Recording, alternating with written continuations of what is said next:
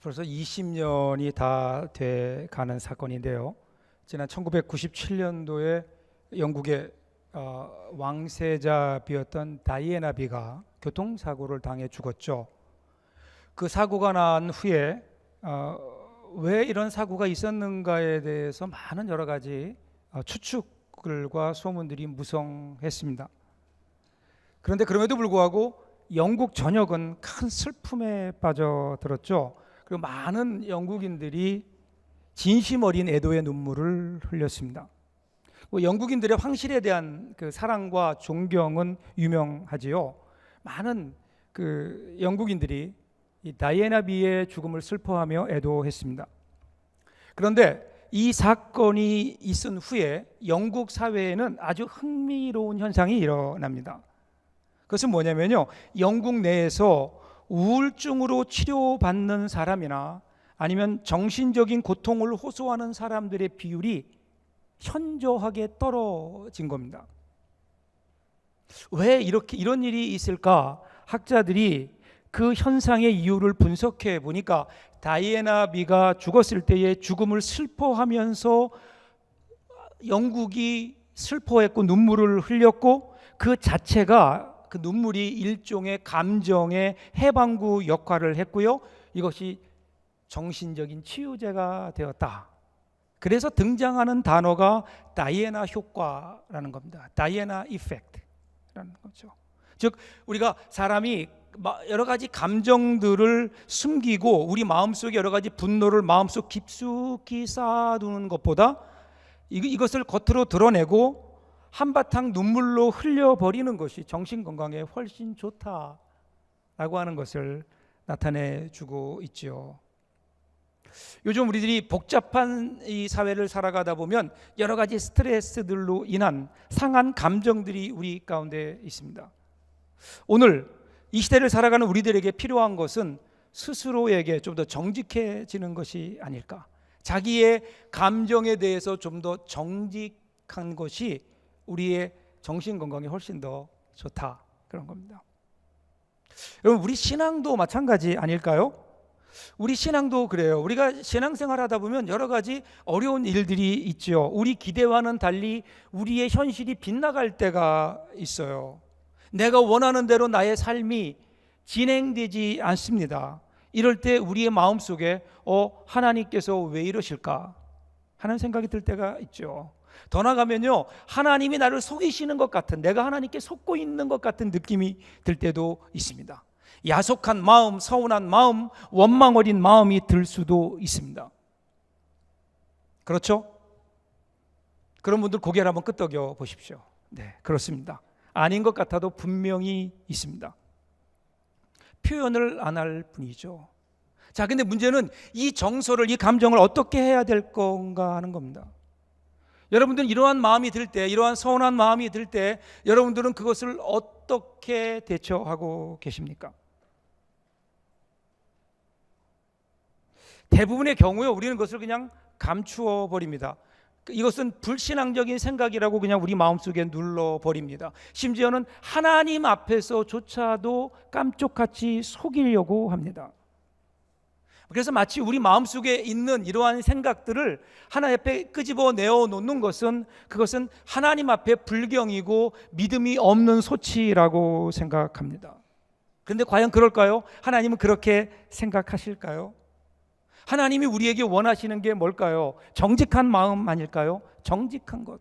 하나님은 우리를 창조하신 분이세요. 그래서 그분은 우리가 누구인지 알고 계세요. 우리가 얼마나 연약한지, 얼마나 우리가 깨지기 쉬운지, 우리가 얼마나 넘어지기 쉬운지, 우리 마음속에 어떤 마음을 가지고 있는지 여러분, 하나님은 다 아시잖아요. 하나님이 알고 계신데 우리는 그 앞에서 마치 하나님이 모르는 것처럼 우리의 마음을 가리고 하나님 앞에서 착한 척하고 있는 것은 아닐까? 물론 여러분, 시도 때도 없이 막 원망을 쏟아내는 불평분자가 되라는 것 아닙니다. 그러나 적어도 우리가 삶을 살면서 내 마음의 중심에서 일어나고 있는 여러 가지 감정들은 그 앞에서 우리는 정직해야 됩니다. 하나님 앞에서는 정직해야 됩니다. 하나님께 들고 나와야 됩니다. 비록 그것이 불평의 말투일 수 있지만 그럼에도 불구하고 하나님께 가지고 나와서 하나님 앞에 내어놓고 하나님 앞에 털어놓을 때에 거기에서 그 문제가 해결되는 해결과 치유의 일들이 시작되기 때문에 그렇습니다. 만일에 아닌 척하고 내 마음속에 담아두고 누르고 있으면요, 여러분 평생 가도 하나님 앞에 해결함 받을 수 없습니다. 오늘 하나님 우리에게 무엇을 원하실까요? 하나님 앞에서 우리의 정직한 고백을 하나님이 원하시지 않을까요? 이것이 진정한 이 세대를 살아가는 우리들의 영성이 아닐까. 오늘 여러분 우리 이 영성을요, 오늘 우리가 읽었던 이 예레미야에게서 발견하게 됩니다. 오늘 본문에 나온 예레미야를 보십시오. 7절부터 시작되는데 이렇게 시작돼요. 여호와여 주께서 나를 권유하심으로 내가 그 권유를 받았사오며 주께서 나보다 강하사 이기셨으므로 내가 조롱거리가 되니 사람마다 종일토록 나를 조롱하나이다. 이걸 읽어보면 번역이요 너무 점잖아요. 번역이 너무 점잖게 돼 있어요. 여기서 이 권유하다라는 말은요 히브리어로 파타흐라는 말인데 이 동사는요 여성에게 결혼 전에 같이 잠자리를 하자고 설득하고 유혹하는 거예요. 유혹하는 거예요. 성적인 유혹을 말합니다. 그리고 강하사 이기셨으므로 여기 강하사 이기다 이 하자크라는 말은요 여성에게 그 성관계를 강요하는데 그것이 강력한 그 여인의 의지와는 상관없이 그저 일방적으로 이루어지는, 쉽게 얘기하면요 성폭행이에요. 여기 나오는 파타흐라고 하는 것은 유혹이고요, 뒤에 나오는 하자크라는 말은 성폭행입니다. 한마디로 여러분 이 단어들을 어떻게 하나 앞에 쓸 수 있겠어요? 하나님은 거룩하신 분인데 어떻게 하나님 앞에 하나님이 나를 유혹했습니다, 그래서 내가 유혹에 넘어갔더니 하나님이 나를 성폭행하셨습니다, 이 얘기를 어떻게 하냐고요. 근데 지금 예레미야는 하나님 앞에 나와서 정확하게 자기의 감정을 그렇게 표현하고 있는 거예요. 지금 그렇게 느끼고 있는 거예요. 하나님과의 관계에서. 자, 예레미야가 왜 이렇게 극단적으로 나갈까요? 왜 이렇게 예레미야의 감정이 상했을까요? 그 다음 8절을 한번 보세요. 8절을 보면 이렇게 나옵니다. 내가 말을 할 때마다 외치며 파멸과 멸망을 선포함으로 여호와의 말씀으로 말미암아 내가 종일토록 치욕과 모욕거리가 됨이니이다. 자, 예레미야가 하나님께서 전하라라는 말씀을 전했어요. 물론 그 말씀은 뭐죠? 그 말씀은 파멸과 멸망이었어요. 이스라엘의 파멸과 멸망이에요. 그 내용이 오늘 읽었던 우리 본문이 20장이면 20장에서 한 장 앞으로 가면 몇 장이죠? 그렇죠, 19장입니다. 19장에 보면 예레미야가 거기 예레미야가 무엇을 전했는지 나와요. 예레미야가요 질그릇, 흙으로 만든 토기그릇, 질그릇을 가지고 예루살렘 사람들 앞에 서서 외칩니다. 뭐라고 외치는? 너희가 여호와 하나님을 바르게 섬기지 못하고 우상인 바알을 섬겼기 때문에 하나님께서 심판하신다는 거예요. 근데 심판의 모습이 뭐냐면 그 앞에 있는 들고 있었던 질그릇을 깨면서 너희가 이와 같이 박살날 것이다 라는 거예요. 일종의 퍼포먼스예요. 그릇을 깨면서 너희가 이와 같이 멸망할 것이다 라는 거예요. 자, 예레미야는 그렇게 전했지만 이걸 듣는 이스라엘 사람은 어떨까요? 아직 멸망이 오지 않았어요. 바벨론 쳐들어오지 않았어요. 그런데 멸망에 대한 얘기를 하니까 마음이 불안하죠. 그래서 그 당시에 종교 지도자였던 제사장 바스울이 예레미야를 체포하고 때리고 목에 칼을 씌워서 성전의 한 방에 구금시켜버립니다. 여러분 그 당시 그렇지 않아도 지금 북쪽에 바벨론이라고 하는 나라가 강성해서 그래서 지금 나라를 침략하고 있고 언제 쳐들어올지 모른다라고 하는 흉흉한 소식들이 돌고 있는데 거기에다가 그러한 예언을 하니까 민심소란죄에 걸린 거죠. 민심소란죄. 그리고 나서 그래도 예언자니까 그 다음날 풀어줬어요. 바스울이 풀어줍니다.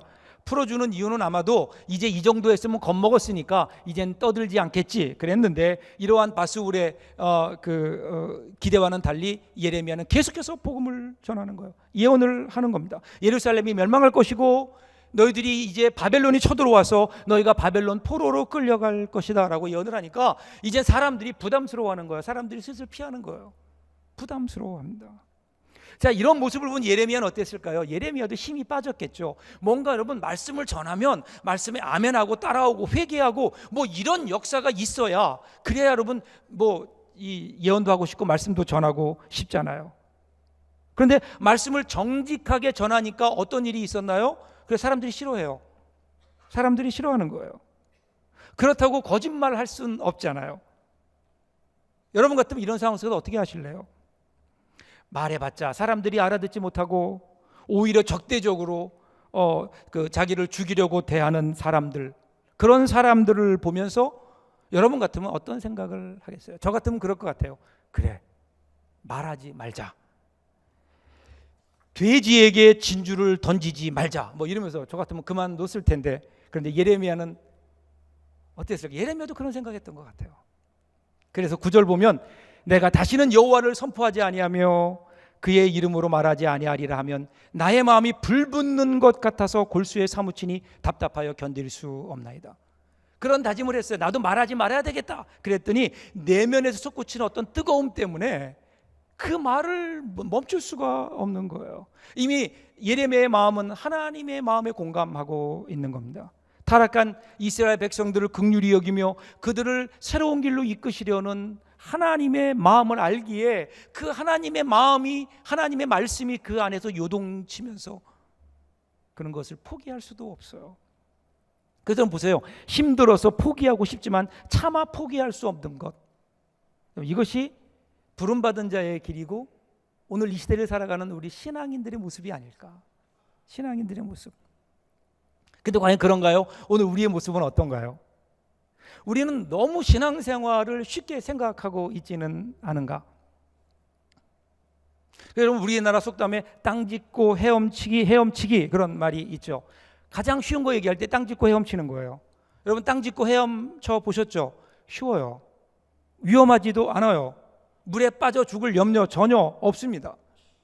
그런데 여러분, 매일 땅만 짚고 수영을 하다 보면 뭐가 안 될까요? 수영의 참맛을 모르는 거예요. 수영의 깊이를 모르는 거예요. 수영의 참맛은 아주 깊은 곳, 발이 닿지 않을 정도로 깊은 곳, 그 물속에서 수영하는 진짜 맛과 묘미를 느낄 수 있는 건데, 그저 매일 깊은 곳은 가지 않고 얕은 곳에서 땅 짚고 헤엄치고 있다면 그건 수영의 깊이를 모르는 거죠. 신앙도 마찬가지 아닐까요? 언제부터인지 우리는 자꾸만 신앙을 안전한 것, 편한 것, 안락한 것, 여기에 초점을 맞추고 있어요. 그래서 우리가 할 수 있는 그저 가장 안전하고 쉽고 편안한 일, 여러분 그것만을 우리들이 하려고 하죠. 그런데 여러분, 신앙이라는 건 뭘까요? 신앙이라는 것은요, 오늘 내가 할 수 없는 일들이지만 하나님께서 명령하셨기 때문에 내 발이 닿지 않는 그곳, 내 능력이 닿지 않는 그곳을 향해서 우리의 몸을, 우리의 존재를, 우리의 헌신을 던져야 될 때가 있는 거예요. 그래야 여러분, 신앙에 거기에서 우리는 함께 하시는 하나님, 붙들어 주시는 하나님, 하나님의 능력과 은혜를 우리들이 경험할 수 있는데, 우리는 너무 안전한 것, 편한 것, 안일한 것, 이것이 오늘 우리 신앙의 목표가 되어버린 것은 아닐까. 유명한 인도의 마하트마 간디가 이런 얘기했죠. 비겁은 안전한지를 묻는다. 편의주의는 정치적 인가를 묻는다. 허영은 인기 있는가를 묻는다. 그러나 양심은 옳은가를 묻는다. 안전하기 때문이 아니라, 정치적이기 때문이 아니라, 인기가 있기 때문이 아니라 양심이 옳다고 말하기 때문에 그 일을 해야 될 때가 있다. 이게 간디죠. 간디는 그 어떤 경우에도 분명한 기준이 있었어요. 그 기준은 뭘까요? 양심이었어요. 그래서 그는 아무리 어렵고 아무리 힘들어도, 상황이 아무리 어렵게 돌아가더라도 그가 가야 되는 분명한 방향이 그에게 있었어요. 그건 뭐냐면 양심이라고 하는 나침반이었어요. 나침반. 제가 여러분 이 글을 읽으면서 그런 생각했어요. 예수 믿는 게 뭘까? 예수 믿는 것도 여러분 이것과 같지 않을까요? 내가 얼마나 안전한가? 나에게 얼마나 유익한가? 내가 얼마나 편한가? 이것이 아니라 과연 내가 오늘 살아가는 나의 삶이 하나님이 기뻐하시는 삶인가? 하나님의 뜻에 따라 살고 있는가? 여기에 우리의 초점이 있어야 되지 않을까요? 그 어떤 경우라도 때로는 우리의 목숨을 걸고라도 우리가 가야 될 길, 하나님의 뜻을 지시해주는, 가르쳐주는 하나님의 나침반, 여러분 이 나침반을 따라 살아가는 사람들, 여러분 이 사람들이 예수 믿는 사람들라니까요. 근데 언제부턴지 우리가 예수 믿는다고 하면서 나의 편함, 나의 유익에만 관심을 갖고 있는 것은 아닌지. 여러분 세상은 세상에 잘 맞추어 살아가는 사람을 현명한 사람이다 그렇게 얘기합니다. 왜냐하면 그게 가장 편안해 보여요. 가장 쉽고 편안한 길처럼 보입니다. 근데 여러분 편안함이라고 하는 것은 뭘까요? 편안함이라는 것은 흐르지 않는 고여있는 물과 같습니다. 그래서 물이 아무리 많이 모여도 거기에는 별다른 일이 일어나지 않아요. 아무 일도 없어요. 그냥 고여있다가 증발돼 버리고 썩어 버리는 겁니다. 그러나 여러분 불편함이라고 하는 것은 흐르는 강물과 같습니다. 그 강물이 흐르는 곳에 새로운 생명의 역사가 일어나게 되잖아요. 만일에 여러분 우리가 안일함, 편안함만을 추구한다면 우리는 오늘 아무 일도 없다는 듯이 편안하게 살 수 있지만, 그러나 우리 주위에는 그 어떤 하나님의 역사도, 하나님의 일도, 하나님의 은혜도 일어나지 않을 겁니다. 그러나 우리가 불편함을 감수하고 하나님의 뜻을 따라서 우리가 세상을 향하여 하나님의 일을 향하여 우리가 움직여 갈 때에 그때 거기에 하나님의 함께 하심이 있고 하나님의 인도하심이 있고 하나님의 축복하심이 있는 거죠. 오늘 여러분 인생의 나침반은 무엇입니까? 여러분이 지금 방향 잡고 가는 그곳은 과연 하나님의 뜻입니까? 아니면 여러분들의 안일함입니까? 자, 여러분 예레미야를 좀 더 보세요. 예레미야를 보니까요, 고난 중에 하나님께 나와요. 이러한 어떤 고난을, 마음의 불편한 걸 가지고 하나님께 나옵니다. 그리고 하나님께 나와서 투정 부리듯이 말합니다. 그렇죠? 그 상황을 10절에서 이렇게 얘기합니다. 공동 번역으로 제가 읽어볼게요. 잘 들어보세요. 사람들이 모여서 수군거립니다. 저자야말로 사면초가다. 고발하자. 저와 같이 지내던 사람들도 모두 제가 망하기를 바라 모의합니다. 걸어 넘어뜨리고 잡아 족치자. 안갚음을 하자. 지금 누구를 향한 거예요? 지금 이스라엘 사람들이 예레미야를 향해서 이렇게 얘기하고 있는 거예요. 표현이 적나라해요. 고소, 고발, 잡아 족치자, 안갚음을 하자. 지금 여러분 자기 편 들어주는 사람 아무도 없고요. 지금 예레미야는 이스라엘 공동체 속에서 집단 왕따를 당하고 있는 겁니다. 근데 여기 말 중에 사면초가라는 표현이 재미있어요. 이 단어는요, 오늘 우리가 읽었던 예레미야 20장 3절의 하반절에 보면 나오는 말이에요. 마골 미사빕이라는 말이에요. 마골 미사빕. 이 말을 히브리 우리말로 번역한 것이 사면초가입니다. 그러니까 마골 미사빕이라는 말이 사면초가라는 말이에요. 당시 예레미야에게 붙여졌던 별명입니다. 왜 그런가 하면 예레미야가 이스라엘 주민들을 향해서 기회가 있을 때마다 너희는 마골 미사빕이다, 즉 너희들은 지금 사면초가에 있다, 이렇게 하나님의 심판을 얘기했거든요. 그러니까 이스라엘 백성들이 그것을 받아서 야, 저기 마골 미사빕 지나간다 이러는 거예요. 저기 사면초가 지나간다. 오히려 그를 지금 놀리고 있습니다. 그들을 향한 하나님의 메시지를 가지고 그들은 오히려 하나님의 선지자를 조롱하고 있습니다. 그러니까 지금 예레미야의 마음이 어떻겠어요? 예레미야가 이러한 안타까운 마음을 가지고 하나님 앞에 나와 탄원하는 거예요. 여러분, 탄원이라는 말을 쉽게 얘기하면 하나님께 이르는 거예요. 하나님 이렇습니다. 그랬더니 어떻게 돼요? 그 다음 11절 보세요. 그러하오나 여호와는 두려운 용사 같으시며 나와 함께 하심으로 나를 박해하는 자들이 넘어지고 이기지 못할 것이오며 그들은 지혜롭게 행하지 못함으로 큰 치욕을 당하오리니 그 치욕은 길이 잊지 못할 것이니이다.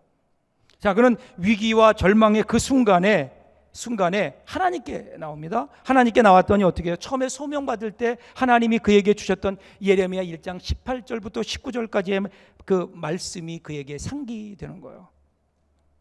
그때 그 말씀이 생각이 납니다. 그래서 그 시선을 하나님께로 돌리는 겁니다. 자, 하나님께로 그 시선을 돌리고 나니까 그의 마음속에서 그 하나님을 향한 신뢰의 뜨거운 고백이 나오는 거죠. 여호와는 나와 함께 하시는 용사. 이거 용사와 같다는 겁니다. 그전에는 어땠나요? 그전에는 혼자 같았어요. 혼자인 줄 알았는데 하나님을 향하는 그 순간 하나님이 함께 하심을 그가 경험하게 되는 겁니다. 그리고 나서 이 하나님의 그 하나님에 대한 깊은 신뢰는 간구로 이어지죠. 12절 보세요. 의인을 시험하사 그 폐부와 심장을 보시는 만군의 여호와여, 나의 사정을 주께 아뢰었사온즉 주께서 그들에게 보복하심을 나에게 보게 하옵소서. 보복해 주옵소서. 그런 하나님, 내가 보복하는 것이라 하나님께 그 보복을 맡기죠. 그러면서 마지막 13절 보면 찬양으로 마무리됩니다. 여호와께 노래하라, 너희는 여호와를 찬양하라. 가난한 자의 생명을 행악자의 손에서 구원하셨습니다. 여러분, 이것이 바로 그 예레미야의 기도였어요. 그런 아픈 마음을 가지고 하나님께 나왔어요. 하나님께 나와서 탄원합니다. 그죠? 그리고 하나님을 바라봅니다. 하나님을 신뢰합니다. 하나님을 향하여 신뢰함으로 하나님을 향하여 원수를 갚아달라고 간구합니다. 간구할 하나님이 이루어 주실 걸 믿으며 찬양합니다. 여기까지만 보면요, 예레미야는 역시 믿음의 사람이고 기도의 사람인 것 같습니다. 자, 그런데 오늘 본문이 13절에서 끝나고 있지 않잖아요. 그 다음에 14절로 이어지게 됩니다. 마지막 단락 14절부터 18절까지를 보시면요, 우리가 생각하지 않았던 반전이 기다리고 있습니다. 자, 13절에서 확신 있는 찬양, 하나님을 향한 신뢰의 찬양의 여운이 끝나기도 전에 그 다음에 나오는 14절부터 전개되는 내용을 보면은요, 이거 우리를 당황스럽게 합니다. 왜 그런가 하면요, 저주가 나와요. 14절부터 보면 예레미야는 자신의 생일을 저주합니다. 보통 저주할 때는 사람을 저주하죠. 어떤 대상을 저주하는데 생일을 저주해요. 이거는 자기의 삶에 대한 부정입니다. 부정이에요. 그뿐인가요? 15절 보시면 더 나아가서 사내 아이를 출생했다는 좋은 소식을 자신의 아버지에게 전했던 그 사람, 누군지 모르지만 그 사람도 저주하는 겁니다. 여러분, 한 생명이 태어난다고 하는 게 얼마나 기쁜 일이에요.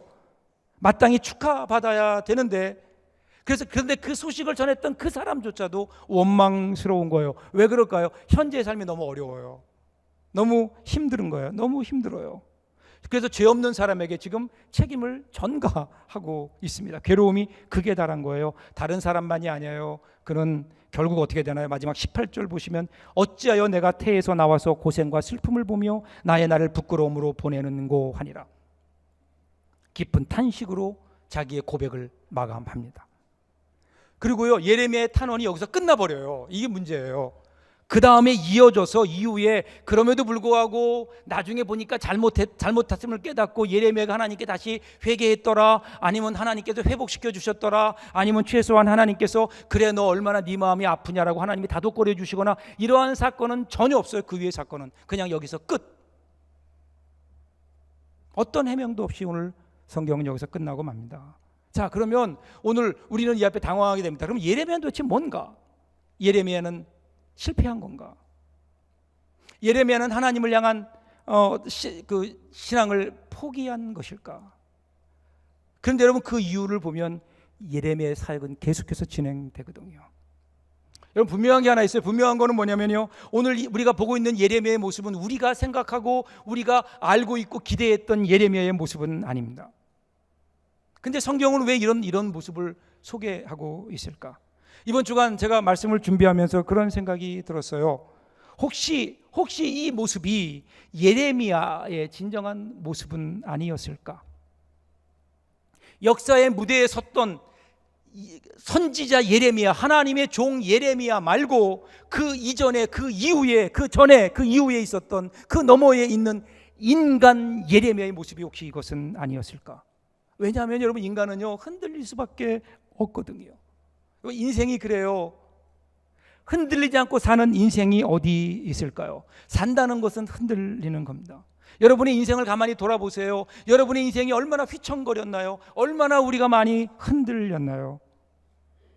이 세상에 어느 것도 흔들리지 않은 것이 없어요. 흔들리지 않는 인생이 없어요. 그 흔들림의 원인은요, 돈이 될 수도 있고 권력일 수도 있고 명예일 수도 있고 또 때로는 인간관계일 수도 있고요, 우리의 연약한 질병, 우리의 몸일 수도 있습니다. 분명한 것은 사람은 태어나면서 죽을 때까지 흔들리는 거예요. 인생의 길을 따라 흔들리며 살아가는 것이 여러분 인생 아닐까요? 흔들리면서 살아가고 흔들리면서 사랑하고 흔들리면서 행복함을 누리는 것, 여러분 이것이 인생이죠. 우리 신앙도 마찬가지입니다. 우리가 누굽니까? 하나님의 은혜로 말미암아 구원받은 하나님의 자녀예요. 거룩한 하나님의 자녀가 됐습니다. 분명히 새로운 존재임에 틀림이 없습니다. 그러나 동시에 우리 안에는 여전히 예수 믿기 이전, 우리가 구원받기 이전에 우리의 옛사람이 여전히 살아서 숨쉬고 있습니다. 그래서 우리가 하나님의 자녀로 살아가면서도 어쩌면 하나님의 자녀로 살아가는 시간들보다 옛 자아에 사로잡혀서 옛 모습 그대로 살아갈 때가 훨씬 더 많을 겁니다. 그럼 그렇지 않나요? 오죽했으면 사도 바울 같은 분도 그런 고백을 했겠어요. 오라 나는 공고한 사람이로다. 내가 원하는 바 선은 행치 않고 원하지 않는 바 악만 행하는구나. 그의 흔들림이에요. 그의 고민이에요. 옛사람과 새로운 사람 사이에 끊임없는 긴장이 있고요. 우리는 이 긴장 사이에서 흔들릴 수밖에는 없습니다. 그런데 그 흔들리는 과정을 통해서 우리는 하나님께 나아가는 겁니다. 그래서 여러분, 흔들림은 우리에게 필요한 겁니다. 흔들림 없이 그냥 하나님을 향한 일편단심으로 나가는 사람이 어디 있을까요? 오늘 저는 이 예레미야의 모습을 보면 마음속에 그런 위로가 오는 거예요. 예레미야가 흔들리며 주 앞에 나갔다면 오늘 우리에게도 위로가 되지 않을까요? 여러분, 신영복 교수가 1995년부터 96년 8월까지 중앙일보에 기획엽서로 연재했던 글을 묶어낸 나무야라는 책이 있어요. 그 책에 보면 나침반이라는 그런 글이 있습니다. 이런 겁니다. 북극을 가리키는 나침반은 무엇이 두려운지 항상 그 바늘 끝이 바들바들 떨고 있습니다. 여윈 바늘 끝이 그렇게 떨고 있는 한 그 나침반은 자기에게 지워진 사명을 완수하려는 의지가 살아있음이 분명하며, 그리고 그 흔들리는 바늘이 가리키는 방향은 옳다고 믿어도 좋습니다. 그런데 만일 그 바늘 끝이 불안스러운 그 떨림을 멈춘 채 어느 한쪽만을 가리키며 고정되어 있다면 우리는 그 나침반을 버려야 합니다. 왜냐하면 그것은 더 이상 나침반이 아니기 때문입니다. 동의하십니까? 오늘 여러분의 나침반은 어떻습니까? 제대로 흔들리고 있습니까? 혹시 흔들리는 것이 두려워서 그저 어느 한 곳에 맞춰버린 것은 아닙니까? 여러분, 우리 예수님도 흔들리셨어요. 예수님도 십자가를 눈앞에 두시고 겟세마네 동산에서 밤새도록 기도하셨잖아요. 아버지, 가능하면 나에게서 이 잔을 지나가게 하옵소서. 그러면서 동시에 그가 고민했던 건 뭘까요? 또 하나는 그러나 아버지 뜻대로 하옵소서. 하나님의 뜻과 나의 뜻, 예수님 뜻 사이, 나의 뜻 사이에서 흔들렸습니다. 그런데 흔들림 속에 예수님은 무엇을 향해 나가셨나요? 아버지의 뜻을 붙잡고 나가셨다는 겁니다. 사랑하는 이것은요, 우리의 삶 속에 계속해서 반복되어 나타나는 사건들입니다. 하나님의 뜻을 향한다고 하는 것은 이례적인 사건이 아닙니다. 우리의 일생을 두고, 신앙의 일생을 두고 우리들이 순간순간 결단해야 되는, 끊임없이 변하고 요동치고 악한 사탄이 우리를 유혹해오는 우리의 삶의 현장 속에서 과연 오늘 이 순간 여기에서 하나님의 뜻을 어디에 있을까? 이 하나님의 뜻을 찾기 위해 몸부림치는 것, 과연 하나님의 뜻은 어디에 있을까? 주 앞에 나와 무릎 꿇고 기도하며 애쓰며 몸부림치며 흔들리는 것, 여러분, 이것이 바로 오늘 주님께서 우리에게 원하시는 흔들림이 아닐까요? 그런데 언제부턴가 우리가 흔들림을 두려워합니다. 우리 요동치는 우리의 삶 속에서 우리는 흔들림 속에 하나님의 뜻을 찾아 나가는 영적인 나침반을 포기한 채 혹시 고장난 나침반만 붙들고 내 욕심을 따라, 안일함을 따라, 나의 유익을 따라 그것을 정해놓고 그렇게 나아가고 있는 것은 아닌가. 사랑하는 여러분, 이 시대를 살아가는 오늘 우리들 절대로 포기해서는 안 되는 것이 하나님의 뜻입니다. 오늘 이 시대, 이 순간 하나님의 뜻을, 우리를 향한 하나님의 뜻이 무엇인가를 여러분 고민하십시오. 그리고 좀 흔들리십시오. 어디에 있는지 그 하나님의 뜻을 찾기 위해서 여러분 몸부림치십시오. 거기 하나님의 뜻이 있습니다. 이 흔들림을 통해 날마다 더 건강하게 주님의 귀한 뜻을 향해 이 뜻을 이루며 살아가는 건강한 그리스도인들 될 수 있기를 주님의 이름으로 축복합니다. 기도하겠습니다.